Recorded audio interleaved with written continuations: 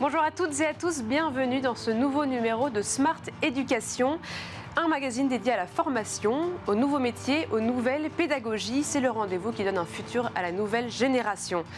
Un sondage IFOP a été réalisé pour les fondations Reboot et Jean Jaurès le 12 janvier dernier. Il montre une certaine méfiance des jeunes face aux sciences. Leur perception des sciences a fortement chuté. On apprend tout de même que 19% des jeunes estiment que les pyramides égyptiennes ont été bâties par des extraterrestres. Alors comment redonner confiance en la science aux jeunes? Quels dispositifs mettre en place? Pour nous éclaircir sur ce sujet, je suis ravie de recevoir en Skype Lydie Baudiou, qui est vice-présidente, déléguée à la recherche, culture scientifique et projets pluridisciplinaires de l'Université de Poitiers. Bonjour Lydie Baudiou. Merci beaucoup d'être avec nous. Alors, je vais revenir un tout petit peu sur cette étude qui s'intitule « La mésinformation scientifique des jeunes à l'heure des réseaux sociaux ». Est-ce que pour vous, les réseaux sociaux, c'est le principal problème ? Alors, le principal problème est peut-être aussi le principal atout. Alors, le principal problème, sans aucun doute, c'est la diffusion d'informations sans vérification. Donc, à ce titre-là, effectivement, la vitesse de propagation des informations, qu'elles soient positives, négatives, vérifiées, scientifiques ou pas, est une traînée de poudre sans contrôle.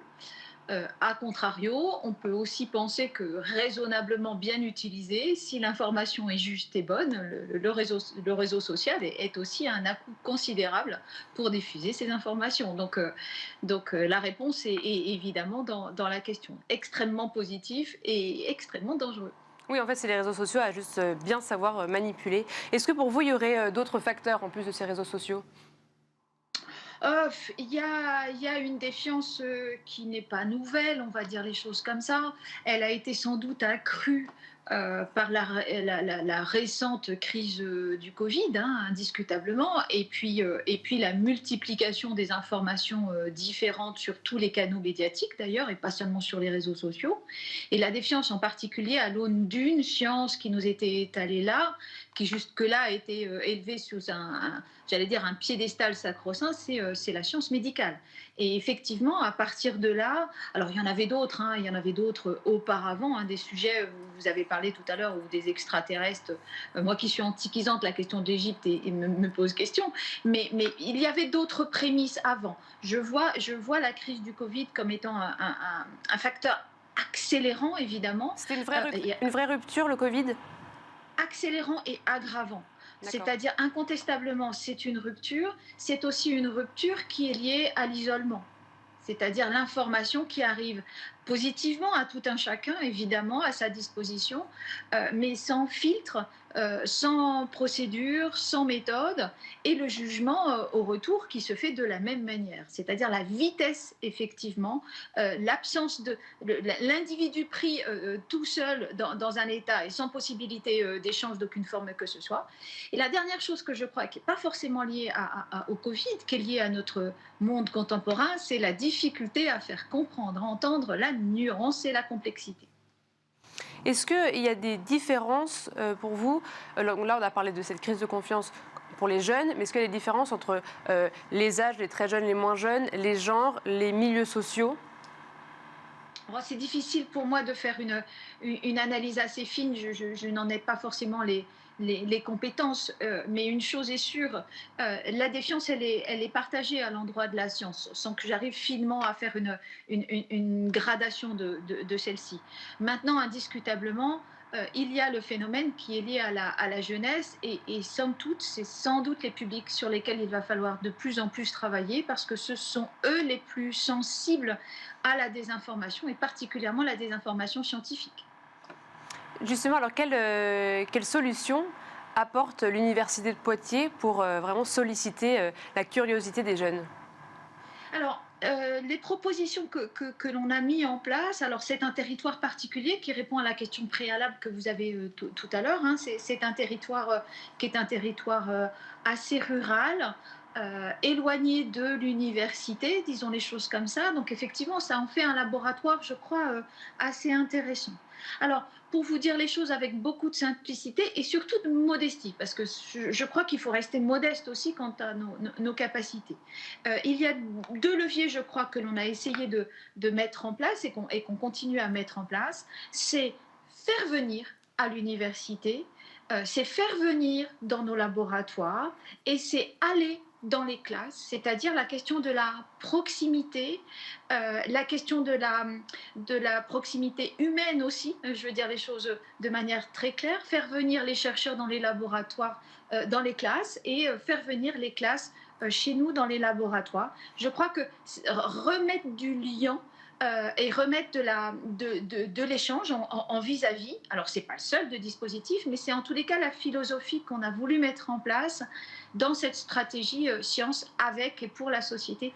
Et j'insiste sur le avec et pour. C'est ensemble. Discuter directement avec un chercheur, ça va remettre de la confiance. Il va montrer quoi? Il va montrer que finalement, deux solutions qui se mélangent, ça fonctionne. Ou alors il va montrer ses résultats de rapport. Comment ça va se passer, cet échange? Alors, par exemple, vous avez raison. Alors, la proximité, c'est d'abord l'idée de se dire, je crois, que le chercheur, c'est peut-être celui qui habite en face de chez vous et que vous voyez tous les jours rentrer dans son garage et en sortir, sans savoir que la recherche, elle est partout et elle est de proximité. Alors oui, on peut aller faire des découvertes absolument extraordinaires en Indonésie ou au Gabon, et c'est peut-être aussi votre voisin, mais peut-être à 10 kilomètres de chez vous, sous l'abbatiale, par exemple, eh bien, il y a des fouilles archéologiques. Donc, c'est aussi montrer ça, c'est-à-dire dire que la recherche, c'est qu'une pratique que l'on partage. C'est aussi une identification à des modèles, c'est-à-dire faire venir un chercheur ou une chercheuse, j'allais dire confirmée ou débutant. Moi, j'aime beaucoup aussi travailler avec les doctorants, de dire, mais regardez, hein, ce jeune homme que vous voyez là, qui a 25 ou 26 ans, il y a 5-6 ans, il était dans votre collège, et regardez ce qu'il fait maintenant, et à lui de vous expliquer comment il va éclairer un travail qu'il mène, par exemple, sur une antibiorésistance ou autre sujet. Oui, c'est casser un peu l'image de ce savant fou qui est reclus dans une grotte. Et donc la seconde solution que vous avez mise en place, ce serait laquelle? Eh bien, c'est d'utiliser aussi des moyens contemporains. C'est-à-dire, on a dit en préambule dans notre échange, hein, la question des réseaux sociaux. Eh bien, se dire aussi que si ce sont les outils avec lesquels et par lesquels les jeunes communiquent, eh bien, communiquons-nous aussi avec ces nouveaux moyens. Je pense en particulier à deux systèmes qu'on a mis en place, mais qui sont assez simples, hein. C'est de faire des toutes petites vidéos avec des chercheurs. Alors, 2-3 minutes, c'est vraiment très court, hein. Ce qui suscite l'attention, c'est de prendre un mot de science qui est très compliqué, par exemple, ou en tous les cas totalement inconnu, qui peut être, je ne sais pas, antibiorésistance, puisque j'ai dit ça tout à l'heure, ou un mot très connu, là, dans les médias, tous les jours, qui est celui de féminicide, et que le chercheur, en 3 questions, assez simple, avec une gradation, hein. J'explique féminicide à ma petite sœur, j'explique féminicide à un journaliste, ou j'explique féminicide à un juge d'application des peines, par exemple, c'est-à-dire une gradation de la réponse qui éclaire la définition. Et ça m'importe, hein, c'est-à-dire de dire qu'il y a des mots compliqués dont on ne connaît pas le sens, et il y a des mots dont on croit connaître le sens, mais qui recèlent ou qui doivent être éclairés par une démarche scientifique. Et il m'importe aussi de dire que toutes les sciences, hein, c'est-à-dire que se poser la question, ce que vous disiez tout à l'heure, hein, le chercheur dans son laboratoire avec sa blouse blanche, oui, il y en a beaucoup à la paillasse, et tant mieux, mais ils ne sont pas toujours vieux, ils ne sont pas toujours avec des blouses, ils peuvent être jeunes, filles, sur un terrain ou juste dans une bibliothèque, et tout ça, c'est la recherche. Oui, mais parce que là, ça va au-delà de la science. L'idée de la science qu'on va se faire stricto sensu, c'est vraiment presque une manière d'analyser, apporter un esprit d'analyse, en fait, que vous essayez de vulgariser. C'est à la fois vulgarisé, c'est à la fois partagé, mais en fait, la gradation de la réponse, on veille aussi à montrer que derrière, il y a des méthodes scientifiques, et qu'il n'y a pas seulement des avis, et loin de ça, c'est-à-dire que la nuance, la complexité, voire même la vraie difficulté à éclairer un phénomène et tout simplement des hypothèses, c'est-à-dire le temps de la vérification, compte aussi dans la définition de la science et de ses avancées de la science. Et là, l'objectif, c'est donc de consolider une confiance envers la science. Est-ce qu'on va arriver à aller jusqu'à susciter des vocations pour des métiers scientifiques? Oui, il y a ça en parallèle aussi. Je vous ai dit tout à l'heure la proximité tout à l'heure. C'est-à-dire que la question qui se pose et qui est particulièrement importante, c'est faire venir à l'université, pas forcément, mais en tous les cas dans les études supérieures, s'asseoir dans un amphi, aller rencontrer un doctorant ou un chercheur. C'est-à-dire que effectivement, il y a la recherche, il y a les chercheurs, il y a aussi les métiers de la recherche. Par exemple, on a un dispositif qui marche assez bien, hein, qui est assez simple, hein, qu'on a appelé Sous les pattes Darwin, parce que c'est un collègue géologue qui a eu cette idée-là.